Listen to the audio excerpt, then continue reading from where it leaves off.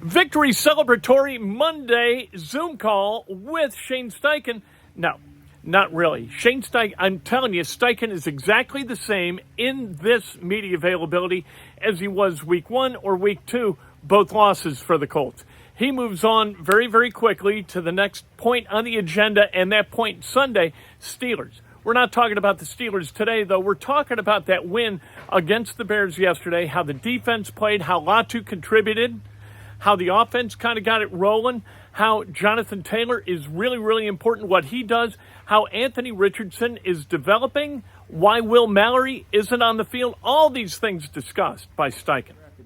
Yeah, it was a big-time play, obviously, there in the fourth quarter. I think there's about 6.5 minutes left to get the strip sack fumble there. He was matched up on the tight end there to come around and get that, and Grove recovering it was big time, obviously, for him and our football team in that situation.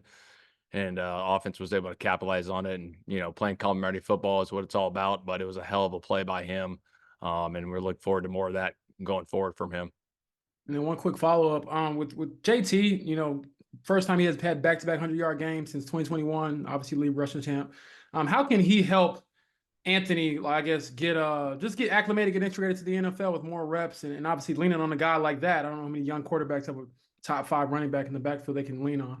Yeah, I think obviously our offensive line sets the tone for those guys up front, Anthony and JT, but JT's running really good right now. He's seeing it well. He's being patient. He's hitting the holes. Obviously, he hit the home run there, the first touchdown there in a blitz zero look, and it was awesome. We showed it in the team meeting this morning, and the way he was able to press, cut back behind it, and then get front side again, it was big time. So it's good to have him back there, and we go from there. Nate? Shane, I was curious if you had any update on either Kenny Moore or Kwity Paye, if their injuries are short term or what the deal is.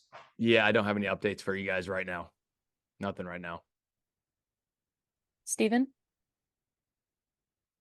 Hey Shane, Anthony talked to us about some of the throws he wanted back, which every quarterback has, right? But he said, like a guy's wide open, it's like, man, I get sped up a little bit maybe, and eyes big.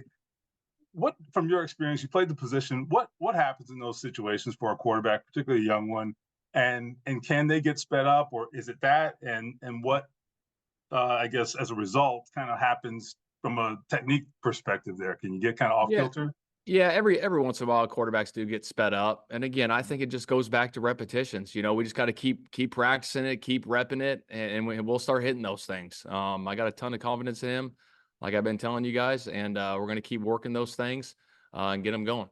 Do you take comfort in the fact that, you see him make difficult throws with good technique? So, it's not like he doesn't know what he's doing. I guess. Yeah, it's in him, I guess. Would you agree? Or 100% it's in him. 100% it's in him. Obviously, we keep working through those things, but he's gonna start making those throws. I have no doubt. He's been making them. You know what I mean? We just got to make them consistently. Okay, thanks. Joel? Shane, is there an element too with Anthony's passing where you guys knew there was going to be some inconsistency early? Every once in a while, right? You got to go play. You got to go play the game, and go see how it goes, and then you learn and you grow, from those mistakes, and that's what it is. And we're learning and we're growing together as we go through this thing.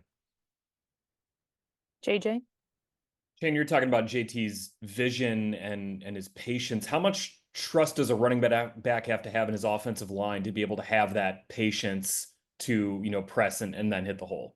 I think a ton. Again, it starts up front. Those 5 guys up front have been playing their tails off the first 3 weeks. And those guys are setting the tone. And again, JT, the vision and the patience he has, it's the best I've been around without a doubt. He sees it well, he hits it, he runs hard. And then he's got the home run ability, as we saw on Sunday. So it's really good to have him. Jake? Hey, Shane, coming into the season, your group at tight ends was known for having a lot of talent in the passing game, but it was kind of but can they block? How have you seen them evolve? It's real early in the season, but obviously you guys are running the ball well. How have you seen that group adapt as blockers? It's good. It's a selfless group, and it starts with Mo Alley Cox, right there. He obviously is the, anchor right there, blocking wise, but Grant's has been doing a heck of a job, and so is Drew. And those guys keep developing and keep growing. And they're doing a heck of a job with the point of attack and even on the backside cutoffs. There were some big time blocks in the game on backside cutoffs for those guys that make the play go. So it's been good to see. Chap. Yeah, Coach, you keep saying this, like with the AR, it's something you work on, the accuracy and whatever. Is it difficult to work on technique and fundamental in a game week when you're preparing for a game? Or is it still necessary to kind of work on that as you're moving forward for the game? Yeah, I think fundamentals and techniques, that's where it starts, at all positions. And we got our individual period time and we work through those things. And Cam does a heck of a job with him going through that during the individual and giving them different looks and going through the, route tree that we got up that week and going through the footwork. And obviously you got to get it in practice with the pass rush and stuff. And that's where it starts, is in practice. George. Shane, Jonathan Taylor said after the game that AR told him during the handoff that the nickel was coming on that play and it helped him make the jump cut. He also said that something Philip Rivers did when he was here. How common is that for quarterbacks in this league, and what does that do for an offense? I mean, it's pretty impressive. You know what I mean? When guys are seeing things on the snap, just letting them know that someone's coming off the edge, and it kind of gives JT that accelerated vision on where the cut needs to be. And obviously, everyone's got to do their job up front. And on that play, everyone did. It was a hell of a play. It was a great job by Anthony calling it out and JT hitting it. Then we have our last question from Greg. That was going to be my question. So now if you don't like this one, Shane, blame that dude. Why is Mallory not playing? What does he need to do to get activated on Sunday? Yeah, we're working through those things. I mean, he is a talented player. Obviously, we've had 3 up on game day, and those are the 3 we've had up. And, that could switch, as we go through this thing. But right now, those are the 3 that we got up. But he's doing a hell of a job in practice, and we'll keep working through it, Greg. Steichen, what we don't talk about is the Steelers. And that might be a good thing because the Steelers are 3-0. They are absolutely rolling. Defensively, they are really, really good. They have not allowed anybody to score more than 10 points. They haven't scored themselves more than 20, but that defense is playing really, really well. And as the week goes on, we're going to talk more and more about it with Steichen and with others tomorrow with Jim Bob Cooter. We'll talk about the Steelers offense with Gus Bradley tomorrow, but today it's Steichen explaining things about Anthony Richardson. And he knows. Anthony Richardson knows too.